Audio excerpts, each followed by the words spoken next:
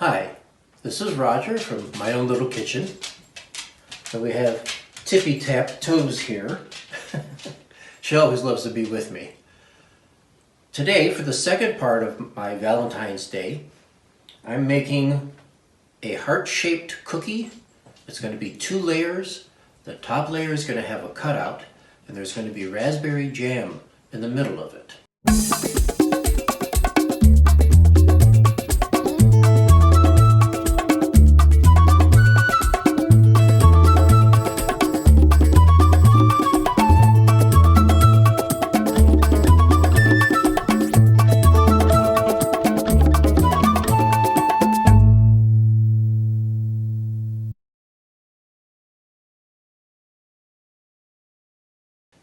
This is an old book that I got from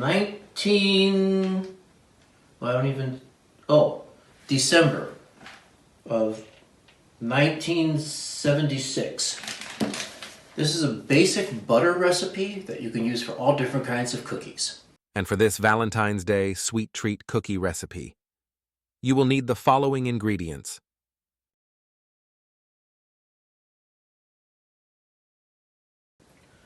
One of the things I do is when I'm measuring out the flour, I always try to fluff it up a little bit. That's the same as sifting it, and it gives you a lighter, more delicate flour. I need 4.5 cups. That's 4.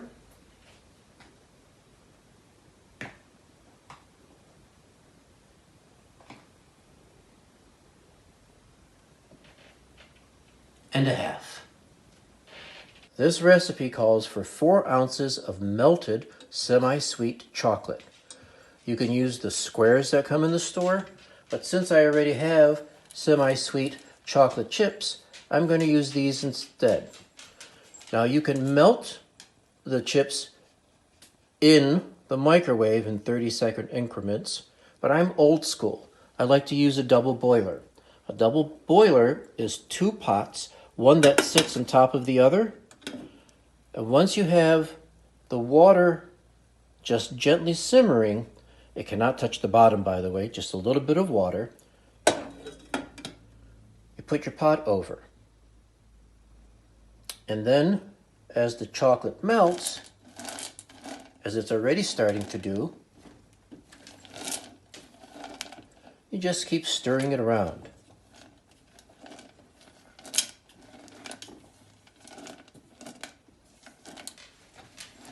I like this way better because it gives you a little more control instead of using the microwave. In the microwave, 30-second increments can turn it from melted to burned in a heartbeat. So I like to have a little more control over the melting of the chocolate. And you can see it's getting nice and creamy now.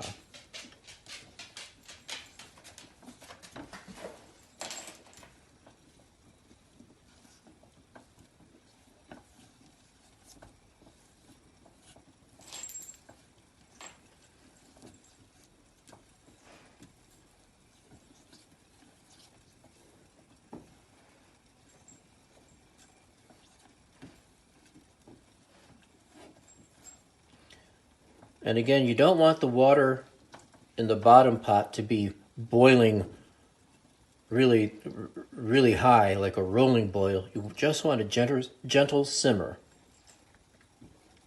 Otherwise, you have a chance of burning this as well.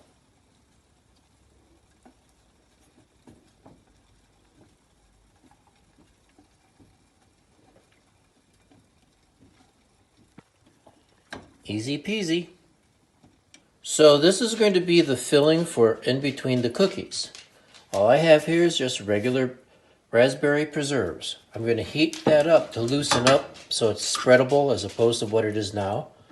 But I also have about, a teaspoon of orange zest that I'm going to add in here. That'll give it a little freshness.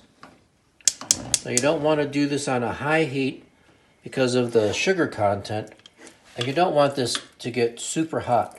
You just want it to heat up enough so that it's loose and easily spreadable.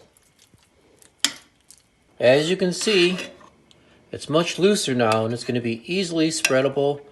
I'm getting the raspberry, I'm getting the smell from the orange.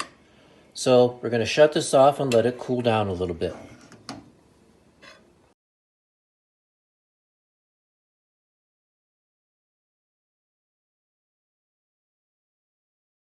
So the cookie dough, the chocolate almond butter cookie dough, has been chilled for about an hour. I took about a quarter of that out, set it on here, cover the rest up, and put it back in the refrigerator. So we only work with a quarter of the dough at a time. Now I'm going to roll this out, and then I have my cutters here, and I'll be putting it on this baking sheet.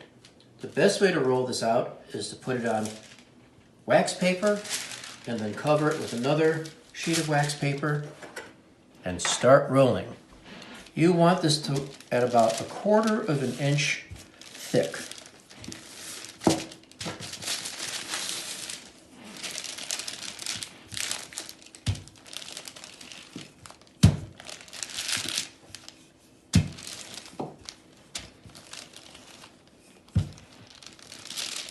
The good thing about this recipe is whatever dough is left from after you do the cutouts, you can just re-roll and use it, so you don't have to scrap it out.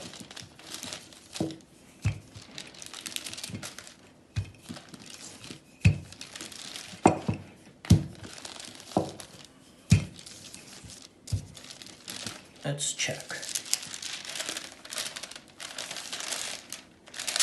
A little bit thinner here.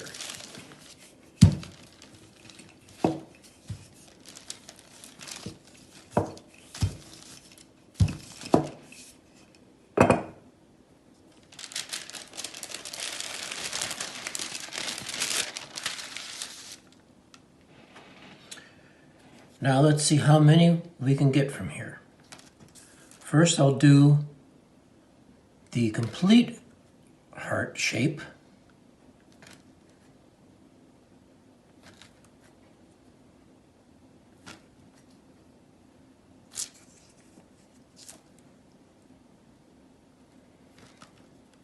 And you want to utilize as much of the cookie as possible. So you have to turn your cookie cutter in whatever direction will work best for the cookies to use it to get as many as you got. I have 1, 2, 3, 4, 5, 6, 7, 8, 9, 10, 11, 12, 13, 14, 15, 16. Good. I got an even number. So with 8 of them, I'm going to use the cutout for the middle. We have a bottom that's a complete cookie, and we have a top with a little window in it. And again, I'll only do 8 of these.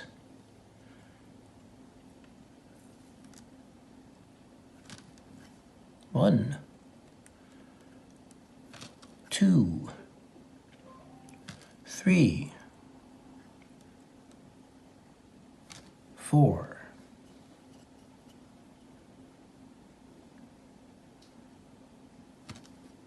5,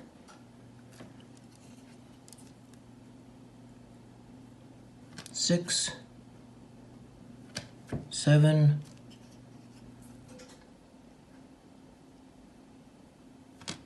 8. Now, if everything goes right, when I lift the dough, the hearts should stay where they are.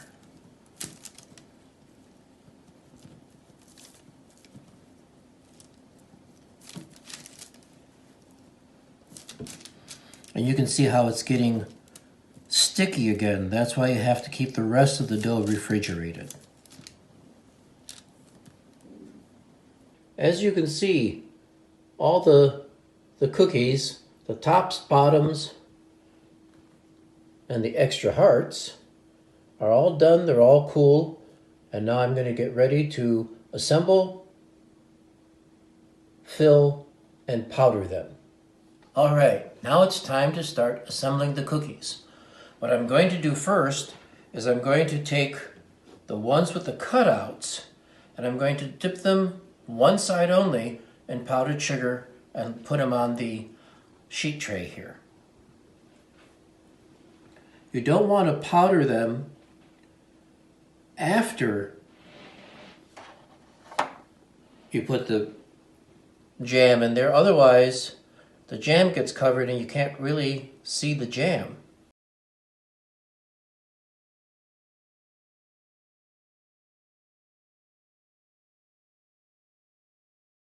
And you have to be careful about the ones with the cutouts, because where it gets really thin, it can break. So you have to handle them kind of gently.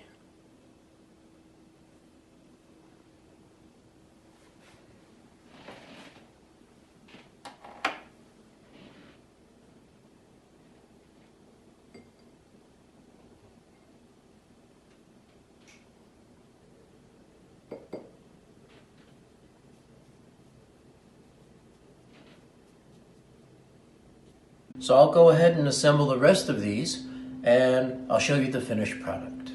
Hi, well, finally done. It's been a long day in the kitchen, but I think it looks pretty good.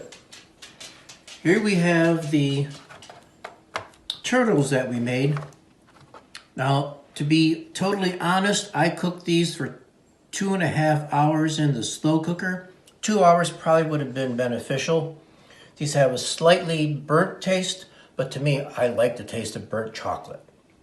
And here we have the jam cookies with the solid bottom layer, the cutout top layer, raspberry with a little bit of orange zest in the middle, and then powdered sugar. So now let's plate these up so that it looks pretty. I'll be right back. Well, here's the finished product. We have the turtles here, and we have the raspberry cookies here. They're both pretty yummy. And to all of you from me, Roger, have a very happy Valentine's Day.